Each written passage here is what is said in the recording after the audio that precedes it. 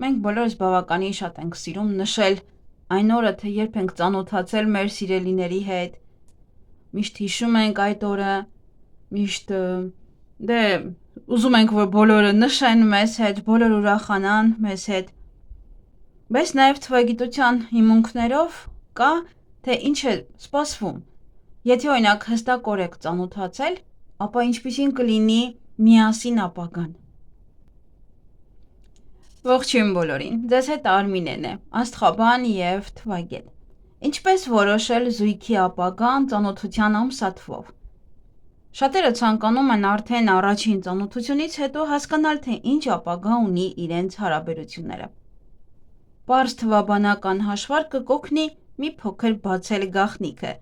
և հասկանալ, թե ինչ կարող է սպասել նոր ծանոթացած զույգին։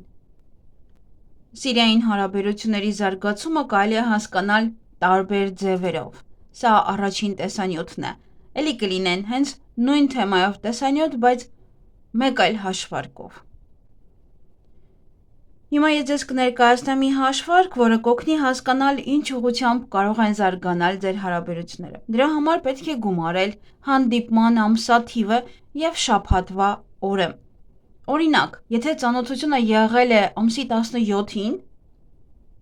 կապ չունի թե որ ամսվա։ Դուք ընդամենը հաշվում եք, օրինակ, ծանոթացել եք մարտի 11-ին։ Չեք վերցնում մարտը, վերցնում եք 11 թիվը և վերցնում եք շաբաթվա օրը, այսինքն շաբաթը ծանոթացել եք չորեքշաբթի օրը։ Հաշվում եք 3, որովհետև չորեքշաբթին շաբաթվա 3-րդ օրն է։ Իմ տարբերակում, եթե ծանոթությունը եղել է ամսի 17-ին, շաբաթ օրը, ապա պետք է գումարել 17 և 6 թվերը, քանի որ շաբաթը հենց շաբաթվա 6-րդ օրն է։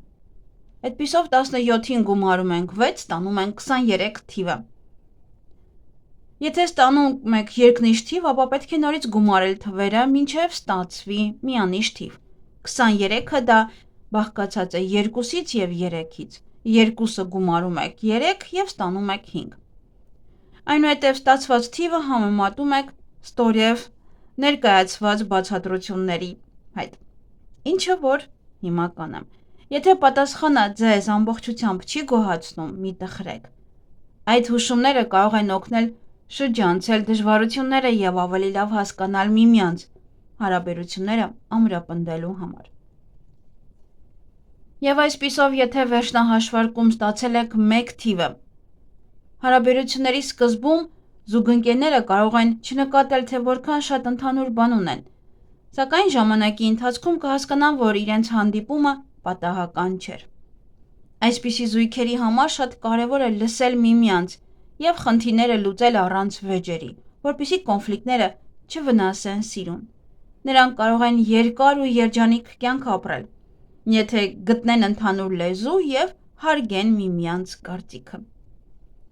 Եթե ձեր հաշվարկում ստացել եք 2 թիվը, այս թիվը ցույց է տալիս, որ երկու զուգընկերներն էլ ցանկանում են առաջնորդ լինել հարաբերություններում։ Սիրավեպի բուռն սկիզբը կարող է վերածվել նույնքան ուժեղ վեճերի։ Եթե սիրահարները մոռանան, որ սերը երջանկություն է, իսկ վեճերում միշտ չէ, որ ճշմարտությունն է ծնվում։ Երջանկությունը պահպանելու համար կարևոր է զիջել միմյանց մանր հարցերում և ունենալ ընդհանուր նպատակներ։ Կարևոր է նաև ազատվել խանդից և նախանձից, քանի որ դրանք կարող են քանդել հարաբերությունները։ Եթե ձեր վերջնահաշվարկում ստացել եք 3 թիվը, այսպիսի զույգերը կարծես ստեղծված լինեն միմյանց համար։ Նրանք ունեն փոխըմբռնում և քիչ տարաձայնություններ, սակայն հարաբերություններում կարևոր է նորություն մտցնել։ Անակնկալները, առանց պատճառի նվերները և ճանապարհորդությունները կօգնեն երկար տարիներ պահպանել սերն ու ռոմանտիկան և խուսափել միապաղաղությունից։ Հաջողությունը սպասում է այն զույգերին, ովքեր սիրում են փոխել միջավայրը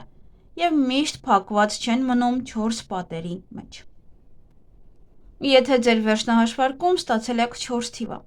հարաբերությունները չեն զարգանա, եթե զուգընկերներից մեկը նախաձեռնություն չցուցաբերի։ 4-ը հանգիստ և դանդաղ էներգիայի թիվ է, որը մարդկանց դարձնում է անվճռական և ճակատագրին վստահող։